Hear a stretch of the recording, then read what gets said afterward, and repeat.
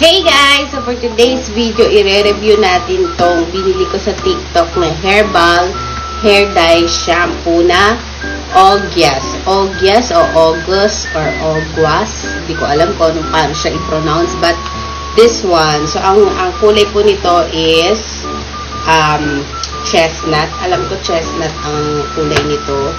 So, itatry natin siya sa black hair ko. Ayan. Hair ko ay super black. Has never been colored siya. Ayan. Ganyan yung aking hair. So, itatry natin siya kung anong magiging kulay nitong herbal hair dye shampoo na to sa super black hair. So, let's try. Sabi dito, guys, kahit hindi ka or kahit hindi basa yung buhok mo, pwede itong i-apply. At hindi daw to masakit sa anit and sa skin. So, let's try. Open na natin. Kasi kararating lang nito. Kadadating lang niya. In-order ko to, guys, sa TikTok. Let's open this. So, ganito siya, guys. 180 ko siya nabili. Free shipping na. So, ayan siya. This is, ayan. This is 500 ml na siya, guys. So, ito siya. Coffee. Ayan. Coffee yung ano pala niya. Hindi pala siya chestnut. Coffee pala. So, meron siyang gloves na kasama. So, bago ang lahat, bago tayo section ko muna yung aking buhok. Para malagyan natin lahat. Guys, napakakapal ng buhok ko. Kaya, tignan natin kung anong magiging itsura niya sa makapal na buhok at sa super black hair. Super black na talaga yung buhok ko, guys. So, let's go! So, magsuot na muna tayo ng gloves. Ayan. Para pwede natin siyang kamayin. Pwede naman daw itong kamayin dahil hindi naman to, guys, matapang. Hindi daw siya matapang kasi herbal nga lang siya. Saka hindi siya masakit sa mata. Wala daw amoy. Kaya, ayan. Kaya maganda siya. So, mapatunayan natin kung maganda talaga. O isa-sacrifice ko yung black hair ko para lang dito, ha. Kaya kung maganda yung kalalabasan nito, mag-check out ka na dyan sa Yellow Basket. Ako, sinasabi ko sa iyo. Oh my God, my hair! So, ngayon lang ulit ako, guys, magkukulay. Ilang taon na yung hindi ko kinukulayan. As in, gusto ko black lang. So, for this herbal dye shampoo na to, goodbye black hair. So, let's go! So, good thing niya kasi meron siyang ayan o. May pantakip siya. So, ay, diretso na kaya ito. So, try natin. Huwag na natin ay, alugin pala natin kasi ba't sabay din natin inaalog?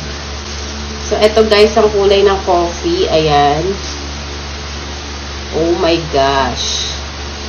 So, ganyan siya. And then, lagay na natin.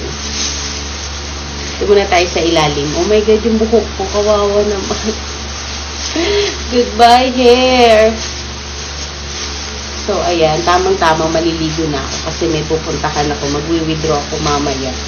So, para pagkatapos nitong ibabad, makikita natin yung resulta. So, ganito siya, guys.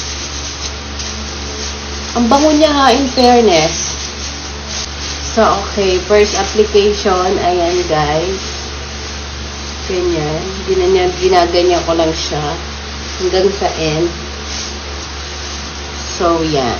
Tatapusin ko lang to, guys. Bibilisan ko na para matapos na tayo. Okay? So, dito naman tayo sa part na to. So, bibilisan ko na yung video, guys, ha? So, guys, dito naman na tayo. Ayan. Ibang section naman tayo, guys. Oh my God.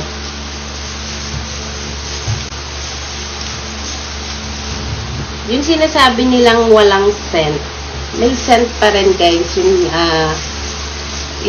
pangkulay, pero hindi siya matapang.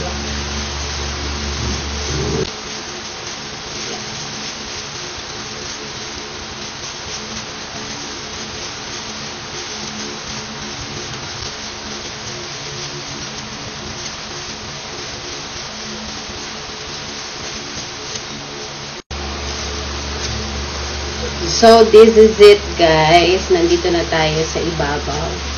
So, ayan. Ganyan ko lang siya, guys. Oh my God, pagpangit talaga kinalabasan ito sa buhok ko. Ang buhok kong itim. Naku, goodbye. I'm sorry, my hair. Pero, hindi naman siguro. Kasi, yung iba naman magaganda yung naging resulta nila eh. Baka sa akin din. So, yan. Super generous lang dapat yung paglalagay para talagang pantay yung magiging kulay niya. So yan na guys. Tapos na. Nalagyan na natin lahat. So, abangan nyo kung ano magiging itsura niya.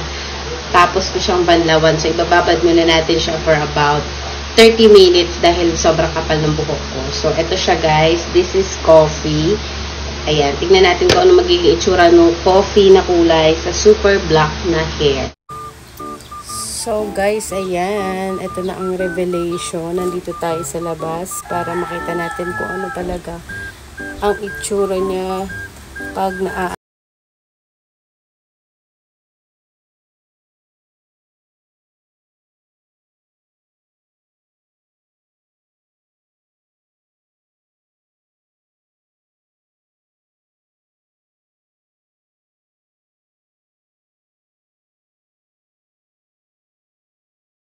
look.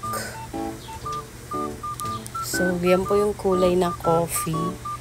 So, kanina, parang akala mo wala siyang kulay. Pero pag nasa labas ka ng bahay, ayan ang kulay niya, guys. Okay ba? Pasado ba sa inyo? So, yun lang. So, ayan. Kung nagustuhan mo, mag-check out ka na nandyan sa Yellow Basket. So, di ko pa masabi kung anong maganda ba siya or what. Pero patingin ko naman, pasado na. So, yun lang guys.